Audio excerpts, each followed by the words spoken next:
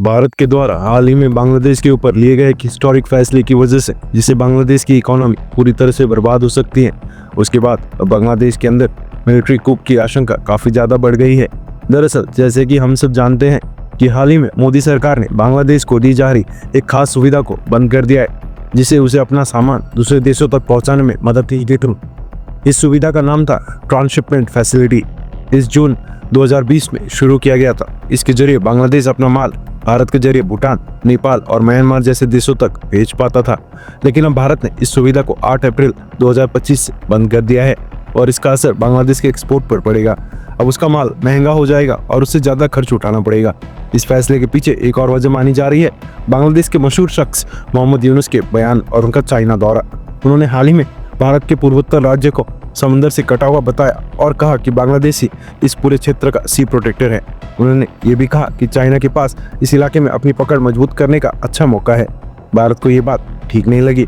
भारत सरकार का कहना है कि इस फैसले का नेपाल और भूटान को होने वाले एक्सपोर्ट पर कोई असर नहीं होगा और ये फैसला इसलिए लिया गया क्योंकि ट्रांसशिपमेंट फैसिलिटी की वजह से भारत के पोर्ट्स और एयरपोर्ट्स पर बहुत भीड़ हो रही थी। इसके अलावा भारतीय एक्सपोर्टर्स को नुकसान हो रहा था, उनका माल समय पर नहीं पहुंच रहा था और भाड़ा भी ज़्यादा लग रहा था। इतना ही नहीं, भारतीय व्यापारियों ने कई बार सरकार से गुहार लगाई थी कि इस फैसिलिटी को बंद किया जाए, लेकिन भारत ने पड़ोसी देश की मदद के लिए इसे अब तक जारी रखा था। वहीं अब जब ये सुविधा बंद कर दी गई है तो बांग्लादेश के बेनापोल पोर्ट से 4 ट्रक्स को वापस लौटा दिया गया है। भारत का मानना है कि इस फैसले से भारतीय पोर्ट्स की भीड़ कम होगी और एक्सपोर्टर्स को राहत मिलेगी। दूसरी ओर एक्सपर्ट्स ऐसा मानकर चल रहे थे कि जिस तरह का रवैया पिछले कुछ समय से बांग्लादेश की सरकार ने भारत के प्रति दिखाया और वहाँ पर लगातार माइनॉरिटी के ऊपर अत्याचार वगैरह हो रहा है और उनको रोकने में बांग्लादेश की इंटरिम सरकार नाकाम रही है, उसको देखते हुए अब भारत बांग्लादेश पर और भी सख्त कार्रवाई करेगा। सेम जिस तरह से भारत ने पाकिस्तान को अलग थलग कर दिया और इकोनॉमिकली काफी ज्यादा पीछे कर दिया, यही काम अब भारत बांग्लादेश के अंदर भी कर रहा है।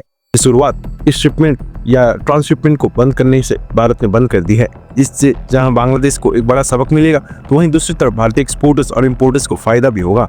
वहीं इन्हीं सबके बीच में बांग्लादेश के अंदर मिलिट्री साजिश भी चालू हो गई है, जिससे सत्ता परिवर्तन या यूं कहें कि तख्ता पलट की संभावना बांग्लादेश के अंदर एक बार फिर से काफी ज्यादा बढ़ गई है।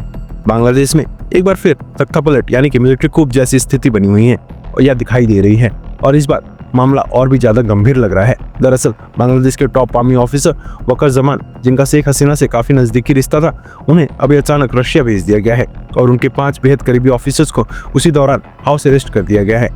ये वही वकर जमान है जिन्होंने पिछले साल अगस्त में शेख हसीना को बांग्लादेश से सुरक्षित बाहर निकाला था, जब स्टूडेंट्स और कट्टरपंथी लोग उनके खिलाफ प्रदर्शन कर रहे थे। उस समय आर्मी की बड़ी भूमिका थी और भारत ने भी उस मिलिट्री कूप को रोकने में मदद की थी। माना जाता है कि वकर जमान ही वो शख्स है जिन्होंने शेख हसीना को बचाया और कट्टरपंथियों को कंट्रोल में रखा। अब जो सरकार बनी है मोहम्मद यूनुस के नेतृत्व में, वो वकार जमान को पसंद नहीं करती, क्योंकि वकार जमान न सिर्फ शेख हसीना के करीबी हैं बल्कि उन्होंने फरवरी 2025 में पब्लिकली यूनुस सरकार की आलोचना भी की थी। उन्होंने यहाँ तक कह दिया था कि अगर बर्दाश्त की हद पार हुई तो फिर वो चुप नहीं बैठेंगे। गौर कीजिए, एक तरफ वकार जमान को देश से बाहर भेज दिया जाता है, दूसरी तरफ उनके करीबी ऑफिसर्स को जेल में डाल दिया जाता है और इन पर आरोप लगाया गया कि उन्होंने पिछली बार प्रदर्शनकारियों पर गोली चलाई थी। लेकिन असली बात यह है कि इन ऑफिसर्स को पहले ही गिरफ्तार करने की कोशिश की जा रही थी, पर वकार जमान ऐसा नहीं चाहते थे। वो कहते थे कि कोई ठोस सबूत नहीं है। अब सवाल उठता है कि क्या ये सब कुछ किसी बड़ी साजिश का हिस्सा है? क्या फिर से बांग्लादेश में 1975 जैसी स्थिति बन रही है? 1975 में भी शेख मुजीबुर रहमान की सरकार थी, तब ऐसा ही हुआ था। मिलिट्री कूप में उन्होंने और उनके परिवार को मार दिया गया था। उनके करीबी अफसरों को या तो मार दिया गया या देश से बाहर भेज दिया गया और अब जो घटनाएं हो रही हैं वो उसकी तरह लग रही हैं। ऐसा लग रहा है कि बांग्लादेश एक बार फिर मिलिट्री कूप की ओर बढ़ रहा है। क्या भारत इस बार फिर इसे रोक पाएगा? क्या वकार जमान दोबारा अपनी कुर्सी वापस लौटेंगे या उन्हें हटाकर कोई और आ जाएगा? ये सब सवाल बांग्लादेश में इस समय गहराए हुए हैं। बहरहाल दोस्तों, बांग्लादेश से निकल कर आई इन सभी खबरों के ऊपर अपनी राय कमेंट बॉक्स में लिखकर जरूर बताएं। इन्फॉर्मेशन और वीडियो पसंद आई हो तो वीडियो को लाइक करके हमारे आने वाली डेली ऐसी वीडियोस के लिए चैनल को सब्सक्राइब कर बेल नोटिफिकेशन अवश्य दबा ले। फिर मिलेंगे एक ऐसी नई वीडियो के साथ, तब तक के लिए जय हिंद।